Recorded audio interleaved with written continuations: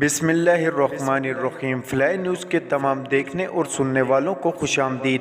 اگر آپ ہمارے چینل پر نئے ہیں تو سب سے پہلے چینل کو سبسکرائب کر دیں اور بیل آئیکن کو پریس کر دیں اور ہماری ویڈیو کو پورا دیکھیں تاکہ دنیا کی معلومات سے آپ باخبر رہ سکیں۔ آئے بڑھتے ہیں خبروں کی جانب۔ پی ٹی آئی نے سیاسی درجہ حرارت اور تناؤ میں کمی کے لیے جماعت اسلامی سے مدد مانگ لی۔ پی ٹی آئی رہنما اسد عمر اور سینیٹر اعجاز چودھری لاہور میں جماعت اسلامی کے ہیڈ کوارٹر منصورہ پہنچے اور امیر جماعت اسلامی سراج الحق سے ملاقات کی۔ ذرائع کے مطابق پی ٹی آئی رہنماؤں نے سراج الحق سے کہا کہ آپ نے 2014 میں بھی بحران ختم کرنے میں کردار ادا کیا تھا، موجودہ بحران ختم کرنے میں بھی مدد کریں اور آئین و قانون کا ساتھ دیں۔ ذرائع کا کہنا ہے کہ سراج الحق نے جواب دیا کہ پی ٹی آئی پہلے گرین سگنل دے، وہ پھر بات کریں گے۔ کسی ادارے کی ثالثی سے بہتر ہے کہ سیاسی جماعتیں بیٹھ کر مسئلہ حل کریں۔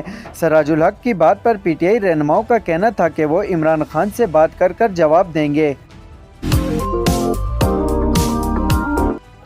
وفاقی وزیر اطلاعات مریم اورنگزیب نے عمران خان کے بیان پر رد عمل کا اظہار کرتے ہوئے کہا کہ ملک میں معاشی، سیاسی اور آئینی بحران کے ذمہ دار عمران خان ہیں۔ اپنے ایک بیان میں مریم اورنگزیب نے کہا کہ جو شخص جہاں بھی اس فتنے اور فساد کا سہولت کار ہے وہ قوم کا مجرم ہے۔ عمران خان نے نوجوانوں اور عوام سے فراڈ کیا، اس نالائق نے اپنی حکومت خود گرائی۔ انہوں نے کہا کہ جن سہولت کاروں کی تسلیوں پر اس نے اسمبلیاں توڑی وہ اب دم توڑ رہے ہیں۔ عمران خان نے اپنی سہولت کاروں کے کہنے پر آئین توڑا، پیٹرول بم برسانے والے دہشت گردوں کو کیفر کردار تک پہنچنا ہے۔ مریم اورنگزیب کا کہنا تھا کہ عمران خان فارن فنڈنگ، گھڑی چور اور اپنی بیٹی کو بیٹی نہ ماننے کی وجہ سے نااہل ہوں گے۔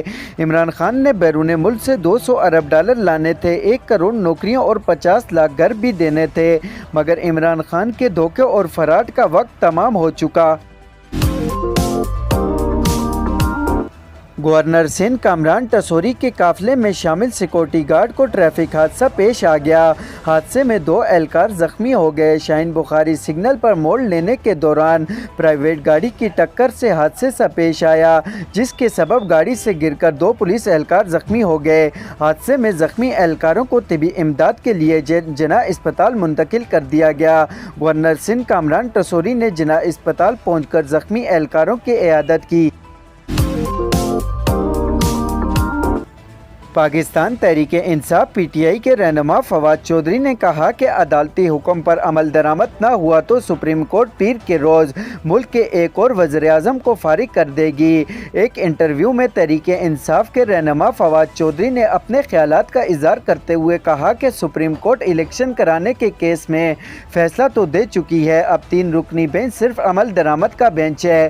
انہوں نے کہا کہ عدالتی حکم پر عمل درآمد نہ ہوا تو سپریم کورٹ پیر کے روز ملک کے ایک اور وزیر اعظم کو فارغ کر دے گی۔ اٹلی کی حکمران جماعت نے انگریزی کے الفاظ استعمال کرنے کو قابل سزا قرار دینے کا بل پارلیمنٹ میں پیش کر دیا۔ اٹلی کی وزیر اعظم جورینا میلونی کی حمایت سے ان کے بھائی کی جانب سے پارلیمنٹ میں نیا قانون پیش کیا گیا۔ مجوزہ قانون کے تحت اٹلی کی سرکاری کمیونیکیشن میں انگریزی یا دیگر غیر ملکی زبانوں کے الفاظ استعمال کرنے پر 1 لاکھ یورو تک جرمانہ عائد کرنے کی تجویز دی گئی ہے۔ بل میں تجویز کیا گیا ہے کہ اٹلی میں کام کرنے والی کمپنیوں کو بھی سرکاری ڈاکیومنٹیشن میں انگریزی زبان کے الفاظ استعمال نہ کرنے کے لیے پابند بنایا جائے۔